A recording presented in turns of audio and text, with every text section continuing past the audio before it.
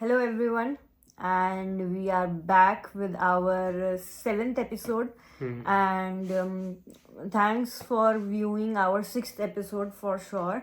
हमारे 100+ व्यूज हो चुके हैं सिक्स्थ एपिसोड पे, और हमने कुछ मार्केटिंग नहीं किया, हार्डली किसी को शायद हमने वो लिंक शेयर किया था क्योंकि we were confused and not sure कि लोगों को पसंद आएगा कि नहीं आएगा. वो एपिसोड ट्रेन में रिकॉर्ड किया हुआ, और वो भी बेयरली ऑडियो मैनेज किया था हमने. But we got the love and feedback from a lot of people. And a few people said recently to me on WhatsApp कि they are loving our podcast. Oh, nice. And they are looking forward to more episodes. So thank you everyone जो भी हमारा podcast देख रहा है. Yep. And with that, what's the today's topic? Okay, so today we are going to talk about a little bit about spirituality. Oh my god, my favorite topic. And basically what is enlightenment. So that is going to be the broad topic of today, and of course it will touch spirituality and those kind of things. By the way, in case people, if you don't know, my sister is quite interested in spirituality. Pseudo psychologist and spiritual and healer person I am for the people in my circle, and people do look up to me to advice on relationship, career and anything else they are confused about. So I think मैं बहुत ना basic levels पे enlightenment touch करूँगी today, आज के topic पे, ताकि ये लोगों के लिए हैवी भी ना हो जाए. लोग उसको वो ना समझने लग जाए. I want to make it very concise and modern. ठीक है, फिर तू अपने भी कुछ पॉइंट्स शेयर कर सकता है. Okay. ठीक है. First of all I think and जो भी हम ये डिस्कस कर रहे हैं, it is all my personal view on enlightenment, spirituality, psychology या self development basically. And जो भी ये podcast देख रहा है उसका अलग व्यू भी हो सकता है. That is completely fine. मेरे भाई का भी completely अलग व्यू हो सकता है, जैसे हम डिस्कस करेंगे. And that is also very fine. That is the beauty of psychology. कि आपका एक enlightenment being को देखने का नजरिया अलग हो सकता है based on your own life experiences. ठीक है. Okay. तो I would start कि एक एनलाइटनमेंट ना एकदम से अचीव नहीं होती लाइफ में. No, but what is it? First, tell. In very modern and simplistic terms, I would say it is the start of cleansing of your automatic negative thoughts. ठीक है, जिसको हम एंड्स भी बोलते हैं. डेली एवरीवन, स्पेशली आज के time में जहाँ इतना एंड्स बोलते हैं उसको साइकोलॉजिकल टर्म्स में, ऑटोमेटेड या automatic negative thoughts. Okay. And daily हमारे माइंड में हजारों करोड़ों नेगेटिव थॉट्स आते हैं which create self doubt and stuff, right. And enlightenment starts when you first notice those thoughts. ठीक है, हमारी जो पूरी एम्बॉडी होती है, जो हमारी पूरी बॉडी है और हमारा बिहेवियर है, एक्शन है, और the way we interact with each other और in life, that begins with thought. Thoughts के ऊपर इमोशंस या उसके नीचे आसपास इमोशंस बिल्ड होते हैं. थॉट्स और इमोशन को अलाइन करके आपके एक्शंस और बिहेवियर्स बिल्ड होते हैं. ठीक है, और एक एनलाइटेंड सोल वो होता है जिसने अपने थॉट्स, इमोशंस, एक्शन सब अलाइन कर रखे हैं. ठीक है, and this alignment, I would say 90% of the people in the entire universe are not able to align themselves various reasons की वजह से. उनके पास रिसोर्सेज नहीं है, नॉलेज नहीं है, उनके अंदर मोटिवेशन नहीं है, सेल्फ ड्रिवन नहीं है वो लोग. उनका एनवायरनमेंट उस तरीके से बिल्ड नहीं किया गया. अगर तूने वो फ्रेज सुना होगा, victim of one's circumstances, right. तो that happens, it is a very minor way of noticing कि मेरे लाइफ में कुछ तो सही नहीं है, कुछ मिसअलाइंड है. That is like one way of witnessing your life, own life. And ऐसे ही अलग अलग लाइफ के मेजर्स में when you start witnessing how you are contributing to life, how is life happening through you, or if you are thinking कि यार life is making me a victim या warrior, एक होता है ना, एक आर्केटाइप होता है पर्सनालिटीज का. सो एनलाइटनमेंट बॉडी जो होती है, जो एनलाइटेंड पर्सन होता है, वो विक्टिम माइंडसेट्स उससे ग्रो करते करते करते एक एक वॉरियर माइंडसेट में जाता है, और फिर उसके बाद उसको भी सर्वाइव और आउटलिव करके एक विटनेस्ड कॉन्शियसनेस में आता है. और ये बहुत हार्ड होता है. ये यूजुअली ह्यूमन बीइंग्स एक लाइफ में अचीव नहीं कर सकते. What do you mean by like witnessed consciousness? आजकल लोगों, अगर जो भी लोग साइकोलॉजी में, न्यूरो साइंस में, न्यूरोप्लास्टिसिटी में, सोमैटिक हीलिंग, स्पिरिचुअलिज्म में इंटरेस्टेड होंगे, जो ये लोग स्टडी करते होंगे topics, they would have come across quantum healing या फिर मेटाकॉग्निशन. ठीक है, metacognition is basically understanding why you are thinking the thoughts that you are thinking and how you are thinking the thoughts that you are thinking. वो एक advance level होता है. जब आप मेटा कॉग्निशन पे पहुंच जाते हो, that is when you start achieving a witness mindset या observer mindset collectively as a consciousness. जब आपकी ईगो होती है ना, ईगो से आप थोड़ा सा परे हटके एक विटनेस एक ऑब्जर्वर बन जाते हो कि अच्छा मेरे दिमाग में ऐसे थॉट्स चल रहे हैं, या इस सिचुएशन में मेरे दिमाग में ऐसे थॉट्स आते हैं.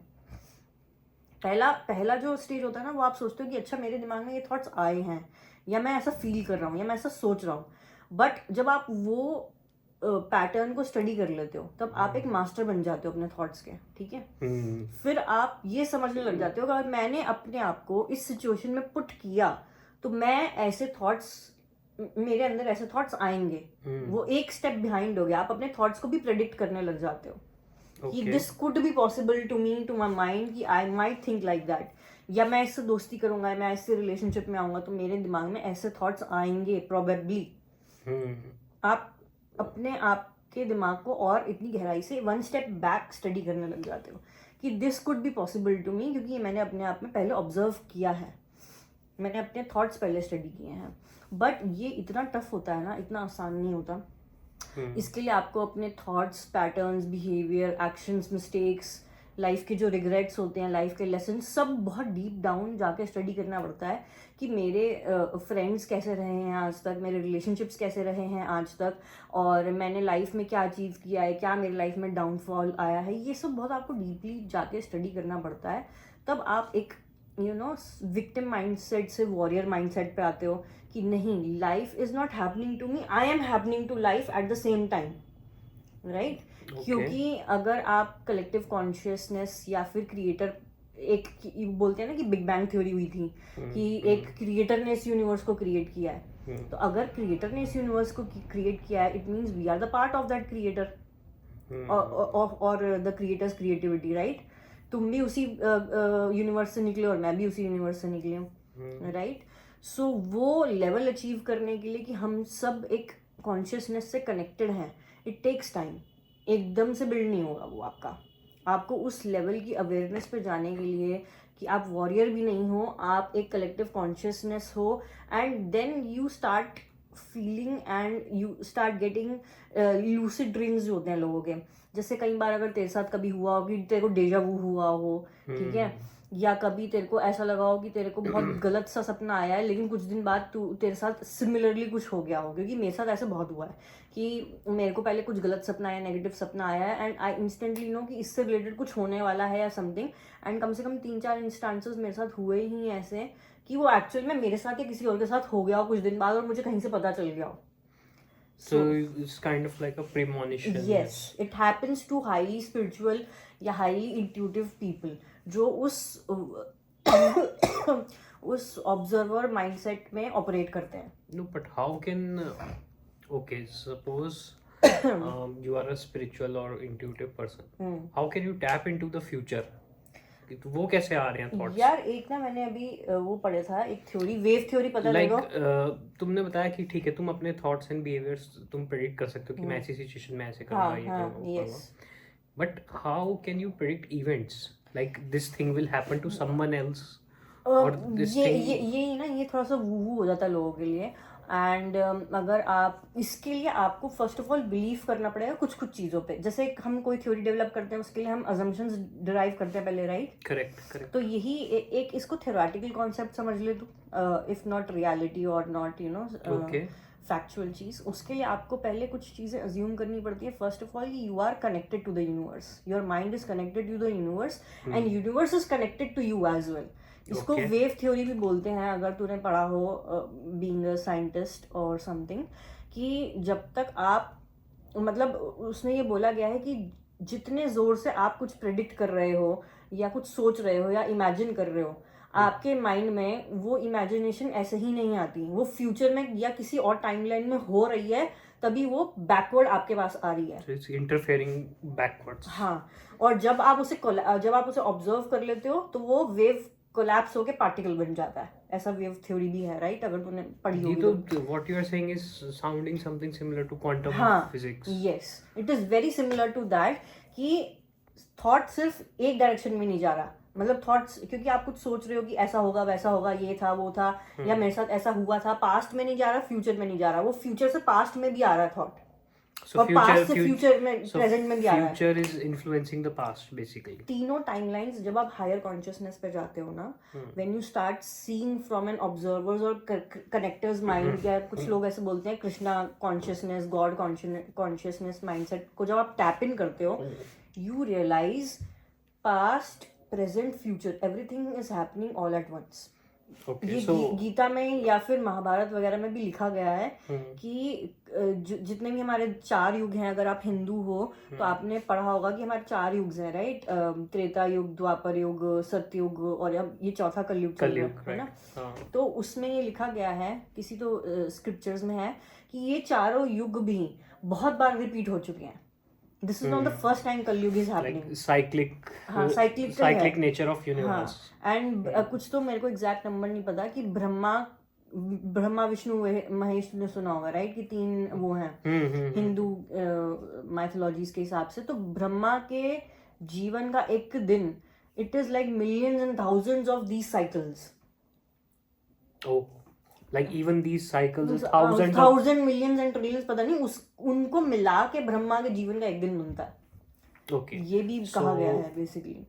So let me just try to rephrase what I understood from my perspective. So I have a background in physics. Yes. So I've studied a lot of these things, quantum physics and these things. So what you're saying is basically, as I understood it, is because we are in the universe. Yes. And we are connected to the universe, our Yes. consciousnesses. Yes. So because the universe is all encompassing, Yes. so the future should also be contained within the universe. Yes. And that is why Yes. one part of the universe, which is the future, is able to influence the past, because the past is also Present. past and present, because the past and present is also a part of the universe itself. Yes. So it's like a super conscious being, Yes. just influencing Yes. itself, Yes. तो and we are a part of that yes. itself. Yes. In fact, क्योंकि मैंने काफी. So this is again, I would just mention. So this is the theory. Yes. It is entirely Just entirely assumptions and theoretical theory. for people जिनके लिए spirituality एक बहुत new concept है. Yes. इसलिए मैंने पहले ही बोला था in the starting of the video, it might sound very woo, very whimsical और very fictional to many people out there who are viewing our podcast. So that's okay. But जिसको resonate कर पाता है उसी के साथ ये work करता है. That is So- the beauty of spirituality. So there may not be hard evidences, Yes. but many people around the world have had spiritual awakening experiences. So there is a lot of belief into it, and there is a lot of, you can say, comfort people find in it. People जो old souls होते हैं, old souls तो बहुत लोग विश्वास करते हैं old souls में. अगर तूने कॉन्सेप्ट भी शायद सुना होगा ओल्ड सोल्स का, कि we believe in loyalty, we are very deep thinkers, we are very deep feelers, या वेरी इंटेलेक्चुअल बीइंग्स और समथिंग, जो करंट लोगों से रिलेट नहीं कर पाते. बेसिकली जो करंट जनरेशन से रिलेट नहीं कर पाते. Do you mean old people? Old people नहीं, old souls who can't explain their psyche or inner world to the current generation or any generation who does not take even a simple interaction very seriously. Old souls are very selective कि वो किससे बात करें, किससे बात नहीं करें, किसके साथ इंडल्ज करें, कितने लेवल तक इंडल्ज करें, कितने लेवल तक इंटरेक्शंस करें. And they are most often very quiet, very loyal, and they go long haul. जो डार्क हॉर्सेस होते हैं ना, जैसे बोलता है कॉन्सेप्ट होता है डार्क हॉर्सेस का, that they never give up on their people. Such are the traits of old souls. ठीक है, they are hard bent and hard core on loyalty. Loyalty matters to them. ठीक है, and they can't handle betrayal, and if someone betrays them or if they betray someone, तो वो उनके कार्मिक cycle में add हो जाता है. those are such old souls. तो फिर उनको बहुत हार्ड टाइम होता है उस ब्रेकअप से रिकवर करने के लिए, क्योंकि दे आर नॉट उनके सोल में वो थ्रेड ही नहीं है कि तुम जल्दी से क्विकली मूव ऑन कर लो. अगर उनका मान लो किसी ने उनको छोड़ दिया, उनका ब्रेकअप हो गया, तो वो 10-20 ईयर्स या फिर मे बी लाइफ टाइम तक उसी पर्सन में घुसे रहेंगे. मतलब they won't be able to move on from that breakup for their entire life. That is one example, modern example of old souls. Okay, so these are people who like have very hard time to get out of these some of these situations. Yes. Okay. So one thing I had was one question I had was, when we think of enlightened people, firstly, such people are very sparse. Yes. In history, there have hardly been any such people who have been revered as enlightened people. And usually you'll see most of these people, they come from a very rich background or from aristocracy, and they leave all that thing behind, and they give up on the materialistic things and all of that, and they follow a very simple life. So how does this relate to being connected with the universal consciousness? How does that motivate one to, or is that just a coincidence? नहीं, I think जो तू बोल रहा है ना, वो example बहुत old है with respect to enlightened souls. ये बहुत थियोरेटिकल एग्जाम्पल दिया है तूने एनलाइटेंड सोल्स का, कि वो घर बाहर छोड़ देते हैं या बहुत रिच बिलोंगिंग से होते हैं. That is just like Buddha का भी, बुद्धा और महावीर, हाँ, you can say. उनका वही But था कि okay, वो बहुत रिच बैकग्राउंड में पैदा हुए थे, फिर उन्होंने घर बाहर छोड़ दिया था. That is a very old concept of enlightened souls. ठीक है, in modern world you will find enlightened souls either very hermit. ठीक है, वो रेक्लूज रहते हैं, वो सेलेक्टिव होते हैं, हर किसी से इंटरेक्ट नहीं करते. But some enlightened souls are choosing to stay in the public to educate and elevate other people as well. That is one of their last act of karma or a last act of humanity before they pass on. So are there any such people in current Yes, many state? there are many spiritual coaches, especially in western world. USA में और UK में ऐसे बहुत लोग हैं जो spirituality को practice करते हैं. वो स्पेशली इंडिया आते हैं, ऋषिकेश जैसे, गोवा जैसे स्टेट्स में, सिटीज़ में जाके they practise and preach spirituality, they learn spirituality, and then they go back to their own countries to form retreats. Spiritual retreats होती हैं, विपासनाज होते हैं, एंड बहुत सी चीज़ें होती हैं जो ये स्पिरिचुअल कोचेज, मेंटर्स हेल्प करते हैं दूसरों को भी एलिवेट करने के लिए. No, but these are just coaches and teachers, all right. But in my mind, my image is that this is okay. This is some super being that is having millions of followers and ये गलत वो है थोड़ा सा. मैं ऐसे बोलूँगी ये आउटडेटेड डेफिनेशन है एनलाइटेंड सोल की, जो आज के टाइम में वर्क नहीं करती. मे बी शायद क्योंकि तब बुद्धा और महावीरा का इसलिए वर्क किया था कि पॉपुलेशन भी तब कम थी, इंटरनेट भी नहीं था तब, right. But in today's world collectively, अगर तूने कभी स्टडी किया होगा, कलेक्टिवली अभी अर्थ की फ्रीक्वेंसी भी बढ़ रही है धीरे धीरे. तो many people are becoming collectively enlightened. आज तू मेरे से स्पिरिचुअलिटी की बात कर रहा है, आज हम इस पर पॉडकास्ट बना रहे हैं, which is a very big thing, क्योंकि जितना मैं तुझे जानती हूँ तू स्पिरिचुअलिटी में विश्वास नहीं करता. ठीक है, and you still don't, but you are talking to me about spirituality and we are making a podcast, वो अपने में ही एक बड़ा अचीवमेंट है. श्योर. राइट. तो अभी रिसेंटली मैंने पढ़ा था कि अभी एक फेज चल रहा है कलेक्टिव कोलैप्स ऑफ नार्सिसिस्ट. ठीक है, वर्ल्ड वाइड, अर्थ वाइड चल रहा है ये कॉन्सेप्ट, क्योंकि बहुत सारे मिलियंस ऑफ लोग कलेक्टिवली हीलिंग में जा रहे हैं, कलेक्टिवली थेरेपीज ले रहे हैं, कलेक्टिवली एक दूसरे से अपने ट्रॉमास के बारे में बात कर रहे हैं, कलेक्टिवली हील हो रहे हैं. तो जब कलेक्टिवली लोग अपने आप को और सेल्फ अवेयर करेंगे, they will get less manipulated और controlled by narcissist all around the world. तो अभी ये एक फेज चल रहा है, क्योंकि I keep studying spirituality and stuff, तो then that is why I can tell you कि अभी और अराउंड पैंडेमिक या पैंडेमिक से पहले जो फ्रीक्वेंसी हमारे अर्थ की थी वो दैट वाज अराउंड 4D. ठीक है, एंड इट इज़ प्रोजेक्टेड कि हमारा इसी लाइफ टाइम में मोस्ट लाइकली कलेक्टिव कॉन्शियसनेस का लेवल, जो सारे स्पिरिचुअल लीडर्स हैं, कोचेस हैं, मेंटर्स हैं, वो ट्राई कर रहे हैं कि ह्यूमन साइकोलॉजी को इतना अवेयर, मतलब हम ह्यूमन इंडिविजुअल्स को इतना सेल्फ अवेयर करा जाए कि वो कम से कम 7D लेवल ऑफ अवेयरनेस तक पहुंच जाए.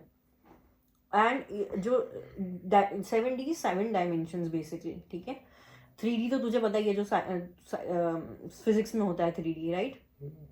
4D एंड 5D ऐसे और भी डायमेंशंस हैं. I don't have exact number कि कितने डायमेंशंस हैं, पर एटलीस्ट 12 डायमेंशंस तो होता ही हैं कॉन्शियसनेस के, माइंड और स्पिरिचुअलिटी के. There are at least 12D for sure मतलब. And once you start reaching that level of 12D, आपको पास्ट प्रेजेंट फ्यूचर बहुत क्लियरली दिखने लग जाता है. मतलब यू कैन सेंड बैक, और मतलब send your energies, wishes, affirmations, blessing back to your past ancestors या टू योर फ्यूचर. ऐसा साइकोलॉजी में होता है कि जनरेशनल हीलिंग होती है. ठीक है, मैं इसको बहुत सिंपल टर्म्स में बताने की कोशिश करूँगी, नहीं तो ये बहुत थ्योरेटिकल हो जाएगा लोगों के लिए. जब हम थेरेपीज के पास जाते हैं ना, थेरेपिस्ट के पास जाते हैं, they do PLR sessions and hypnotherapist therapies as well. ठीक है, कुछ लोग होते हैं जो अपने आप को ब्लैक शीप कंसिडर करते हैं फैमिली के लिए, फैमिली के. अगर तूने ब्लैक शीप टर्म सुना होगा. नहीं. नहीं सुना. Black sheep, like they are the क्या कहते हैं उसको, they are the source of misfortune for the हाँ, family. Kind of. मतलब मान ले फॉर एग्जांपल सारे फैमिली में डॉक्टर्स हैं और वो बेचारे का कुछ नहीं हुआ फैमिली में, तो वो अपने आप को ब्लैक शीप कंसिडर करता है. ठीक है, Okay. तो ऐसे ये एक बहुत ही नॉर्मल एग्जांपल दिया मैंने तेरे को ताकि पीपल कैन रिलेट. एंड ऐसे ही ब्लैक शीप्स जो हैं फैमिलीज में पैदा होते हैं to get self aware first कि मेरे साथ ऐसा क्यों हो रहा है, क्योंकि ये कॉन्शियसनेस खुद उनके दिमाग में क्वेश्चंस डालता है कि सारे मेरे लाइफ के आसपास जितने लोग हैं, इतने अमीर हैं, डॉक्टर्स हैं, इंजीनियर्स हैं, मेरे साथ ऐसा क्यों हुआ कि मैं डॉक्टर इंजीनियर नहीं बन पाया, या मुझे नहीं बनना डॉक्टर इंजीनियर, या मैं इतना रिच नहीं हो पाया जितने मेरे फैमिली मेम्बर्स हैं आसपास में. आता ही है ना क्वेश्चन ये. That is one sine that you have been chosen by the consciousness to cleanse yourself, your energies, your thoughts, and cleanse the entire ancestral line as well. ठीक है, ये चीज़ और बोली गई है साइकोलॉजी में और स्पिरिचुअलिटी में कि एक लड़की जब पैदा होती है तो वो पैदा होती है अपनी मतलब एक वुमन को जब एक लड़की होती है, इट मीन्स कि woman is passing on her suppressed emotions or traumas to the girl. But when a woman has a son, it means कि उसकी जो भी ancestral healing वगैरह थी वो close हो गई है, and now a son is born to start a new journey of their entire lineage. ऐसा spiritualism में और psychology में बोला जाता है. Okay. ठीक है, तो जब हम थेरेपीज के पास जाते हैं, PLR सेशंस कराते हैं, पास्ट लाइफ रिग्रेशंस कराते हैं, हिप्नोथेरेपीज कराते हैं, subconsciously we go back to our previous lives. और वो रियलिटी भी हो सकती है या फिर वो हमारे माइंड का एक वो इमेजिनेशन हो सकती है, but we do get back to the time and we do get back and give healing to the past version of ourselves, ताकि हमारा जो भी आज के टाइम में ब्लॉकेज है वो क्लियर हो जाए and we can move forward in life. ऐसे बहुत से केसेस हैं कि किसी एक लेडी को, मैंने केस स्टडीज काफ़ी पढ़ी हुई हैं पहले थेरेपीज की, कि एक लेडी को बैक पेन बहुत टाइम से हो रहा था, उसने बहुत डॉक्टर्स को दिखाया, डॉक्टर्स बोल like your body is normal, ऐसा कुछ पेन है ही नहीं, सिर्फ साइकोलॉजिकल है, साइकोलॉजिकल पेन, दिमाग में ब्लॉकेज है, ये है वो है, जो भी है, आप बॉडीली तो बहुत ठीक हो, मतलब अंदर आपका सिस्टम ठीक है, ऐसा कुछ प्रॉब्लम ही नहीं है आपको। बट शी इज लाइक कि मुझे बैक पेन बहुत होता रहता है, आई डोंट नो व्हाई। तो फिर वो उसने PLR वगैरह कराया और उसे तब पता चला PLR कराते टाइम में कि one of the past life में उसे बैक में छुरा लगा था या कुछ लगा था, तो she was murdered by someone जब उसको बैक में लगा था। एंड जब उसने वो पिक्चराइजेशन किया अपने दिमाग में, एंड जब उसकी थेरेपिस्ट ने उसको ऑडियो सिग्नल्स भी दिए, मतलब when you are sleeping you are listening to the therapist, right, कि आप इस टाइम पे जाओ, इस टाइम में जाओ, अच्छा आप क्या देख रहे हो, ये है वो है।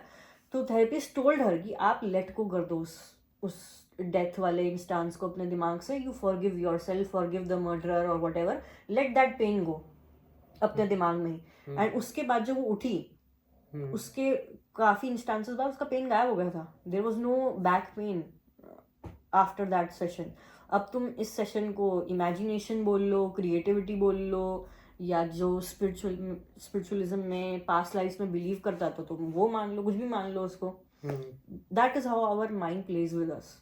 और ऐसा बहुत बार होता है, कैंसर पेशेंट्स के साथ भी ये टेस्ट किया जाता है, बहुत सारे और जिनके साथ क्रिटिकल टर्मिनल इलनेसेस होती है ना, उनके साथ भी ये टेस्ट किया जाता है कि उनके दिमाग में पॉजिटिव थिंग्स डाली जाती हैं कि ताकि वो इंटरनली अपने आप को हील कर लें, ये ना सोचेंगे हमें कैंसर है, ये है वो है। I am just giving a very generic example.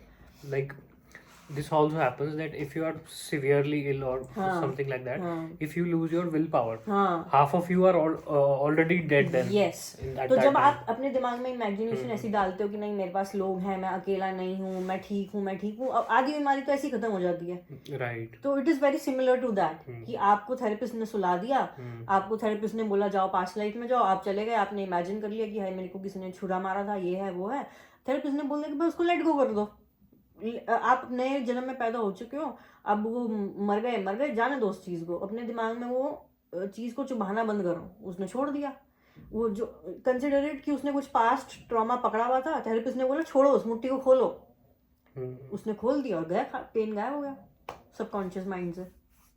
Okay. So जब आप ऐसे मल्टीपल प्रैक्टिसेस करते हो, eventually you evolve from a victim to a warrior mindset. क्योंकि विक्टिम माइंडसेट में जब आप होते हो तो आप बोलते हो कि यार मेरे साथ ऐसा क्यों हो रहा है, why me why me why me, in multiple fronts of your life. किसी ने आपको धोखा दे दिया, किसी ने आपको छोड़ दिया, किसी ने चीट कर दिया, कहीं आपकी जॉब चली गई, आप कहीं आपका टेस्ट एग्जाम फेल हो गया, कुछ हो गया, you always end up with the question why me when you are in a victim mindset. Warrior mindset में जब आप होते हो, आप बोलते हो ट्राई मी, करके तो देखो, try me, you tell the life bring me new challenges and I will pass through it, I will sail through it. And जब आप observer mindset में होते हो या conscious mindset में होते हो, आपका कप भरा हुआ होता है, and now you are ready to give out to the society, contribute to the society from the overspill बोल लो। तो आप So this is even beyond the warrior. हाँ, even beyond कि आपने अपना वॉरियर वाला फेज भी पास कर लिया, आपको पता है, अब आपने अपने इमोशंस, अपनी पर्सनालिटी, अपनी दिमाग की एजेंसी बहुत हार्डन कर ली है with multiple experiences and hardships. अब वो हार्डशिप्स आपके एक लाइफ में भी आ सकते हैं, मल्टीपल लाइफ में भी आ सकते हैं, it depends on a souls journey. जब आप वो क्रॉस कर लेते हो, फिर आप ऑब्वियसली ऑब्जर्वर और गॉड कॉन्शियसनेस माइंड में पहुंच जाते हो। Okay, so this can also happen in multiple lifetimes, not necessarily. जैसे अब एग्जांपल बताती हूँ, कुछ किड्स होते हैं जो 5-6 साल की उम्र में चेस खेल रहे होते हैं या पियानो बजा रहे होते हैं, बहुत अच्छा गा रहे होते हैं, and they are just like 5-6 year olds। लोग बोलते हैं यार हमने तो 20 साल कर लिए, हाँ, हमको प्रोडिजी बोलते हैं कि हम तो 20 साल से प्रैक्टिस कर रहे हैं, हम तो इतना नहीं अच्छा गा पाए और तुम साला, मतलब तुम 5 साल में ही इतना अच्छा गा रहे हो, how is that possible? It is because they have taken their gifts from the past lifes. उन्होंने अपनी पास्ट लाइफ में 20-30-50 साल मेहनत करी है उस कला के ऊपर, उस क्रिएटिविटी के ऊपर, उस टैलेंट के ऊपर, तो जाके उन्होंने इस लाइफ में वो फॉरवर्ड लेके आए हैं अपना वो gift. And same goes with struggle. कोई बच्चा लूला लंगड़ा पैदा होता है, कोई बीमार पैदा होता है, कुछ होता है, तो उसने पास्ट लाइफ में उस ऑर्गन को मिसयूज किया होगा। That is why they have come in this life with a misaligned organ in their body. If you believe in continuation of souls. So if they have misused some part or organ of the body, they are getting punishment for that. Yes, that is their karma. And in so case they are getting punishment in this life. Okay, so in next life they will be freed from that punishment. It depends how the person takes this. अगर वो person उसको why में ही convert करता है कि मैं ऐसा क्यों पैदा हुआ, वो जब तक try me और जब तक how can I contribute even with this क्या बोलते हैं limitation in my life, जब तक वो उस stage में नहीं पहुंचेगा तब तक वो कर्मा repeat होता रहेगा. The soul has to eventually evolve to escape that punishment. Otherwise it will just keep repeating that punishment. And maybe with each rebirth maybe the punishment gets a little harder. Yes. अभी मैंने recently Karma की book पढ़ी है. अगर आप इस life में आपको जो पनिशमेंट तो बहुत रॉन्ग वर्ड है एक्चुअली, बट जो भी लिमिटेशन आपको दी गई है, अगर आप इस लाइफ में वाई मी से क्रॉस करके, ट्राई मी से क्रॉस करके what can I do with it तक नहीं पहुंचे and how can I help the world with it तक नहीं पहुंचे, तो आप उसमें एक तो स्टक रहोगे मल्टीपल लाइफ टाइम्स में, and with each lifetime it compounds. Then how is the soul supposed to escape? इतना कंपाउंड हो जाता है कि soul is forced to elevate at one point. So it's like a doctor increasing the medicine dose because that previous dosage was not sufficient enough, so he keeps increasing the dosage. तो universe जो होता है ना, वो frequency या shock therapy बढ़ाता रहता है, उसकी फ्रीक्वेंसी बढ़ाता रहता है शॉक थेरेपी की, जब तक आप वो लेसन सीख ना लो. चाहे अपने मन से सीखो या जबरदस्ती सीखो, चाहे एक लाइफ में सीखो चाहे 100 लाइफ लो आप. That depends on your souls intelligence कि आप कितनी जल्दी सीखते हो उसको. So once a soul has evolved into its perfect form where it is connected to the consciousness, it will not be reborn again, correct? ये मैंने इतना स्टडी नहीं किया है आफ्टर एनलाइटनमेंट क्या होता है. Because that is I think what at least we have studied in school, maybe like in social studies there was, I remember there was a little mention about it, that enlightenment, or in Hindi we call it moksha or nirvana. ये उसमें Jainism में भी है मोक्ष वाला Mahavir. So supposedly an enlightened being, yes, he is said to have escaped the cycle of birth and rebirth because he has achieved the perfect form of his soul. He has connected to the consciousness. So now he will be freed from the cycle of life and most likely, and he will be उसका जो soul का particle है, जो भी आप energy बोलते हो particle, it will go back to the creators. ऐसा बोला जाता है, अगेन हिंदू माइथोलॉजी में बोला जाता है कि यूनिवर्स जो है विष्णु का नाभि से निकला है, या पता नहीं ब्रह्मा का ड्रीम है, जो भी हम जी रहे हैं जिंदगी, वो उसके हम नाभि से निकला है. मतलब द यूनिवर्स इज क्रिएटेड और the big bang is created from the नाभि ऑफ द विष्णु और समथिंग लाइक दैट. मेरे को एग्जैक्टली पता नहीं है कौन सा लॉर्ड है वो, बट एक लॉर्ड का नाभि का रेफरेंस दिया गया और दूसरे लॉर्ड का बोला गया कि वो उसके सपना है जो भी यूनिवर्स क्रिएट किया गया. तो अगर हम उन दोनों फिलोसफीज में बिलीव करते हैं तो most likely the consciousness will go back to the nabhi or to the consciousness of the Lord, to the consciousness of the Lord who is dreaming the world. Okay. Now my last question is, so where do these new souls keep coming from? Suppose there is a soul A.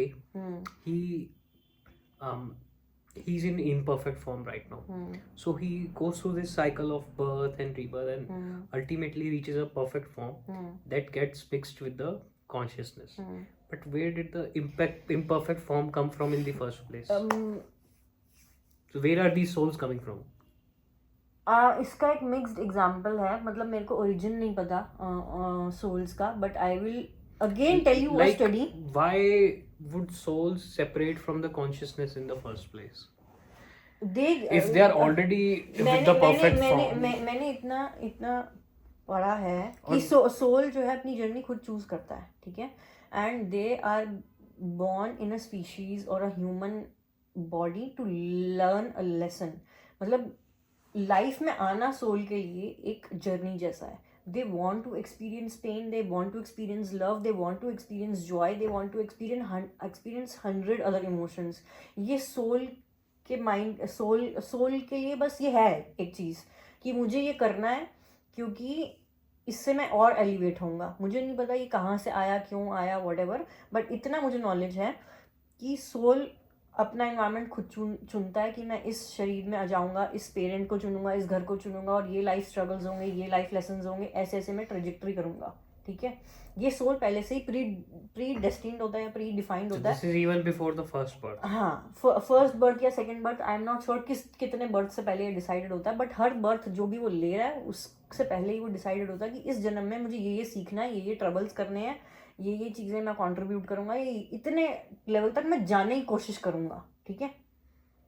And जो तू बात कर रहा है कि new souls कहाँ से आ रहे हैं, एक स्टडी मैंने ये करी थी, बट इस स्टडी पे मुझे भी ज़्यादा भरोसा है नहीं अभी तक फ़िलहाल, बट एक PLR एक्सपर्ट और हिप्नोथेरेपिस्ट का मैंने बुक पढ़ी थी, उसने स्टडी करी है कुछ सोल्स के ऊपर, PLR सेशंस उनके किए हैं, and those people in PLR sessions were able to tell कि मान ली 2026 चल रहा है, right. In 2026 I am existing in this body, ठीक है, एज अ 32-year-old वुमन. मैं अपना एग्जाम्पल बता रही हूँ. But while I am in the PLR session hypnotized, I can see that I am existing in another body as well, in the same time line as a 3-year-old और 4-year-old और 60-year-old person. ठीक है. तो it means according to her study, it means कि एक soul different bodies में same timeline में exist कर सकता है. And a same soul can be a 3-year-old boy, 10-year girl simultaneously. So and this gets even more complicated. जैसे मैंने बताया था, प्रेजेंट, पास्ट और फ्यूचर तीनों अलाइंड है जब आप हायर कॉन्शियसनेस पे जाते हो. All interlinked. And similarly this is all interlinked कि कुछ souls multiple bodies में एक ही टाइम पे एग्जिस्ट करते हैं. Okay, that is another layer of complexity. Yes. But what I imagine, like if I were to believe this theory and all these assumptions, I would imagine that initially where these souls come from is you have this one big consciousness, which is the said to be the supreme consciousness of the universe, I would say. उस consciousness को Bible के terms में बोलते हैं I am consciousness. Okay. I am. I am as in I am my name. I am my नहीं, name. सिर्फ I am consciousness. I am. What's the spelling? I am AM. Okay. Yeah, that's what I asked. Like, मतलब I am not Nilakshi or Nishan. Yeah. Just I am. I am consciousness. Okay. So, what after all this discussion, what I have thought is that okay, there's this universe with its consciousness. Yes. And maybe these souls are what are like maybe pieces of this consciousness that separate out in a primitive form. They evolve and they go back to the same consciousness. Yes. So maybe it's a way for the one consciousness, the universal consciousness, to evolve its own self. Yes. Maybe that's why it's it is constantly creating new souls, making them go through journeys, perfecting their form, because it's trying to evolve itself piece by piece. तो तू वो पकड़ लेना, अगर तू खुद author है, you have written your own book, right? And you can find his book on Amazon. Short story की बुक लिखी है मेरे भाई ने, and that is called Shattered Wills. So अगर आपको शॉर्ट स्टोरीज पढ़ने का मन है तो you can read his book. And when you are writing a story, right? तू कैरेक्टर आर्क सोचता है ना कि मेरा कैरेक्टर ऐसे जाएगा, वैसे जाएगा, वैसे जाएगा. तो मे बी शायद भगवान भी हमारे लिए, या जो जिस भी हायर कॉन्शियसनेस को आप मानते हो, जहाँ से हम आए हैं, या हमारा माइंड या सोल आई है, वो भी ऐसे ही रचता होगा. ऐसे ही सिमिलरली हमारे को कृष्ण जी की लीला बोला गया है कि ये दुनिया पूरी कृष्ण जी की लीला है, कि और ये भी बोला गया कि कृष्ण जी के मुंह में दुनिया बसती है. अगर वो आ करते हैं तो उनके मुंह में यूनिवर्स या ब्रह्मांड दिखता है.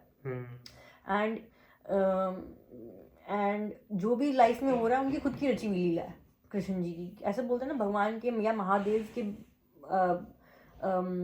बिना महादेव के परमिशन के एक दुनिया में पत्ता भी नहीं हिलता. तो हम तो क्या ही चीज़ है फिर. तो राइट, तो that brings us back to the higher consciousness कि हायर कॉन्शियसनेस हमसे करवा रहा है तो ये हमसे हो पा रहा है. तो एक स्पेक्ट्रम ये बोला गया है कर्मा में, धर्मा में, कॉन्शियसनेस में कि फ्री विल है कि नहीं है. तो इसमें हम ये बोलते हैं कुछ चीजें, ये कर्मा की बुक में पढ़ा था, उसे प्रारब्ध कर्मा बोलते हैं कि एक आपके लाइफ में आपको एक बर्थ मिला गया है, ठीक है. कुछ लोगों के लाइफ में वो कुछ चीजें बार बार किए जा रहे हैं पर वो सक्सेस नहीं पा रहे उस चीज में. That is your fixed Karma, that is your fixed punishment, fixed limitation कि वो इस लाइफ में तो हील नहीं होगी. ओके. वो आपको दुख देते ही जाएगी. लेकिन कुछ करने के बाद शायद आप अवेयरनेस में आ जाओगे, एक्सेप्टेंस में आ जाओगे, एक्नॉलेजमेंट में आ जाओगे कि ठीक है भाई ये मेरे से नहीं बदल रहा, तो मैं क्यों ही कोशिश कर रहा हूँ. मैं उस चीज़ पे फोकस करता हूँ ना जो मेरे कंट्रोल में है. जैसे फॉर एग्जाम्पल हमने गवर्नमेंट एग्जाम्स दिए, मैंने दिए थे. I focus like 4 years I think so in government exams. मेरे से क्लियर नहीं हुआ. मैंने 3 बार IAS का एग्जाम दिया था, मेरे से क्लियर नहीं हुआ. मुझे पहले ही पता था I am not meant for government exams. मेरे आज भी कुछ फ्रेंड्स हैं जो 10-10 साल से लगे पड़े हैं गवर्नमेंट एग्जाम्स देने में, नहीं क्लियर हो रहा उनसे. तो उनका वो प्रारब्ध कर्मा है, वो फिक्स्ड है कि उनसे वो नहीं क्लियर हो रहा, और उनको ये समझ भी नहीं आ रहा कि 10 साल वेस्ट कर दिए उन्होंने.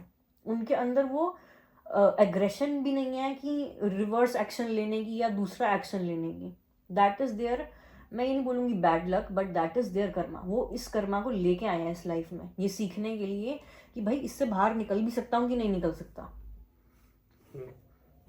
And if we consider this same situation, if a person, like suppose, waste 5 times in some let's say some business or something, some just attempts to create a business or whatever, he tries for 5 years and he is not successful in this lifetime, then in the next time he will fail for 10 years.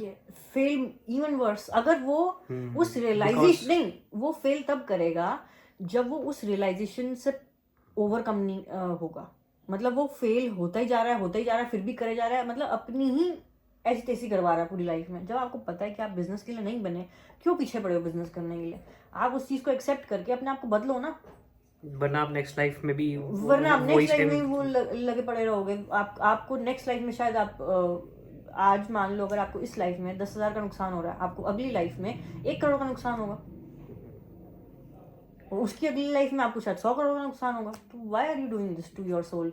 But eventually किसी ना किसी life में तो वो evolve हो ही जाएगा. हाँ, पर वो बहुत हार्डशिप से होगा. फिर जैसे ये भी बोला जाता है कि हेल और हेवन दोनों इसी धरती पे हैं, कहीं और नहीं है. तो हेवन वो है जो अपने गुड कर्मा कंपाउंड करके लेके आया कि उसने एक अच्छी चीज करी थी एक बर्थ में, उसने फिर 10 अच्छी चीज करी नेक्स्ट बर्थ में, तीसरी बर्थ में उसे कुछ करने की जरूरत ही नहीं, क्योंकि वो अपना कर्मा पॉजिटिव लेके आया. उसने अपना बैंक भर लिया पहले से ही ऑलरेडी गुड कर्मा का. और हेल उसके लिए है जो लगातार वही कर्मा करे जा रहा है, उसको कंपाउंड करे जा रहा है और सीख ही नहीं रहा है कुछ. तो karma which is not supposed to be for him, and he keeps doing that activity, so he keeps doing wrong activities. हाँ, और उसको समझ ही नहीं आ रहा है wrong as in not morally wrong, but activities which are not meant for him. हाँ, not meant for him or his soul, and he is not realizing it, not accepting it. So even that is bad karma. Even that becomes your hell. Even if it is a morally good activity, that becomes your hell, and you are not accepting it. You are not letting the ego go. You are not surrendering to the fact कि ये नहीं होगा तुमसे, तुम इस life में ये नहीं कर सकते, तो let it go ना. Okay, so let's lastly touch on free will once more. You mentioned that there is some speculation and a lot of debate that whether humans have free will or not. According to this theory of spirituality and consciousness, I would say that humans don't have free will. The universe has the free will, but then the question is, what about the free will of the universe? Is the universe itself free? That is beyond I think that is beyond my knowledge, क्योंकि मैंने इस पे पढ़ा नहीं है. But इसके बारे में अगर आप रैंडमनेस की थ्योरीज पढ़ोगे, आप एंट्रोपी की थ्योरीज पढ़ोगे, आपको इसका और क्लियर होगा, मतलब किसी को भी अगर इंटरेस्ट होगा रैंडमनेस के ऊपर या एंट्रोपी के ऊपर, कुछ कुछ बुक्स हैं, I will research them and add them in the description box. अगर किसी को इंटरेस्ट होगा पढ़ने में तो दे कैन रीड दोज। उसमें बहुत अच्छे तरीके से बताया है कि रैंडमनेस कुछ भी नहीं है, रैंडमनेस अपने आप में एक पैटर्न है। Okay, no, but what does this have to do with the universe? Universe बोला जाता है ना कि क्योटिक है या अनसर्टेन है। 4 बॉक्सेस होते हैं, मुझे 4 बॉक्सेस एग्जैक्टली वो याद नहीं है, but it is like unknown unknown known unknown. No, but सुन ले मेरी बात, 4 क्वाड्रेंट्स होते हैं। जो तू यूनिवर्स के बारे में बोल रहा है ना, यूनिवर्स के बाद फ्री विल है कि नहीं है, या यूनिवर्स भी टाइड अप है, what is the traits of universe, you are asking that only, right?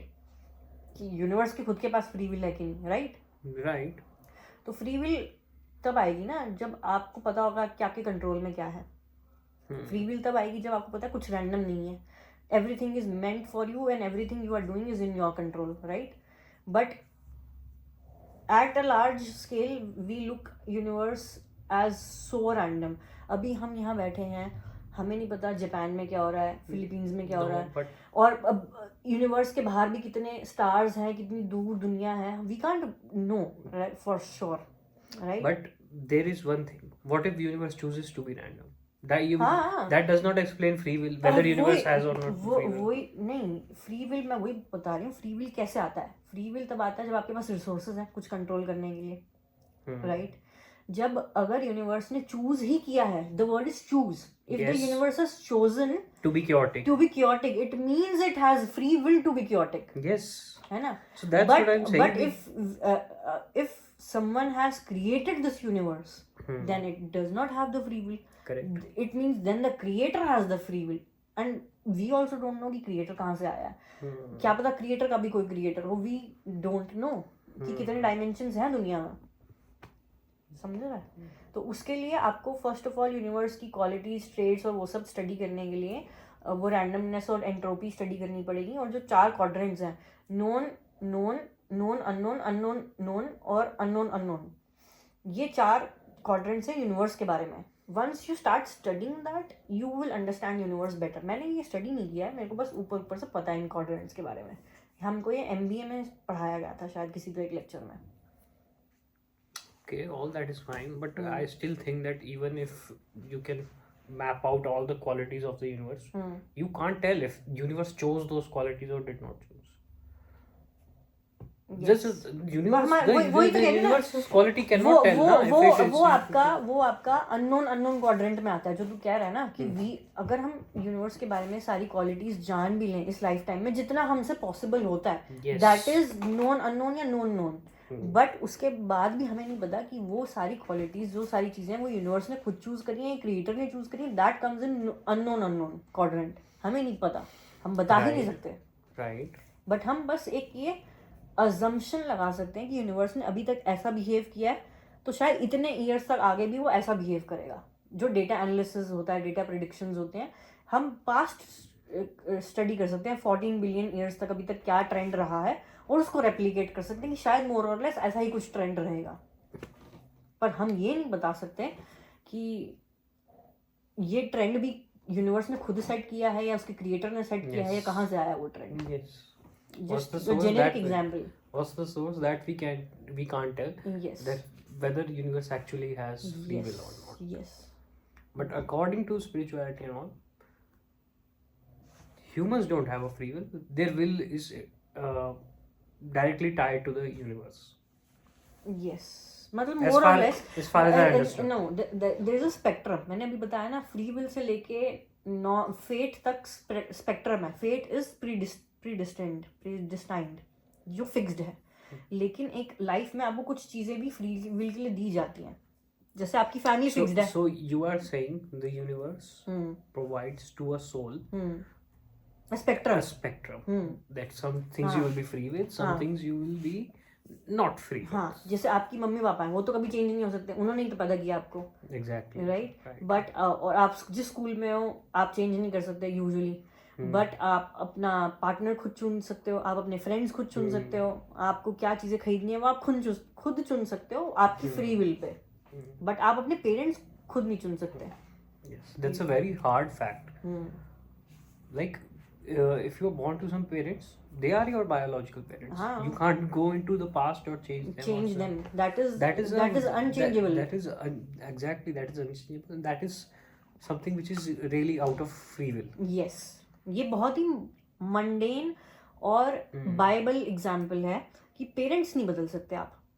हाँ ठीक है, आप अडॉप्ट कर लो मे बी पेरेंट्स को, but they will be your foster parents. But the fact will not but change. Biologically change नहीं हो सकता. The fact will not change, na, that these people gave you birth. Yes. It's not that today some two people gave you birth and the next 5 days Yes. later you can say that Yes. no someone but else. अब ये भी एक fact आने लग गया धीरे धीरे that there are some experiments that you can change your DNA or you can epigenetics है कुछ तो, But that still whatever. does not change the हाँ. fact. I'm talking about the fact. हाँ कि you have been given birth in this family, you can't You change after your life you do whatever the hell you want with your body. it. Yes. But fact does not change, na. There are some truths which are really out of our Yes. free will. So I think let's That was, I think that was wrap up this episode. Interesting. 50 minute का episode बना लिया आज हमने and पता भी नहीं चला कि इतनी लॉन्ग कन्वर्सेशन कर ली है, but that's what happens when you talk about spirituality and consciousness with me पर से, because I love that topic a lot. So I think let's wrap up this episode and we will see you in the next episode. तब तक के लिए keep sharing our podcast with your friends and do comment below. Keep supporting. Yes, do comment below क्या आपको इस podcast के बारे में अच्छा लगा and what more do you want us to talk about. We will definitely talk about it, and keep supporting us and keep sharing, liking and subscribing to us. Bye bye. Bye.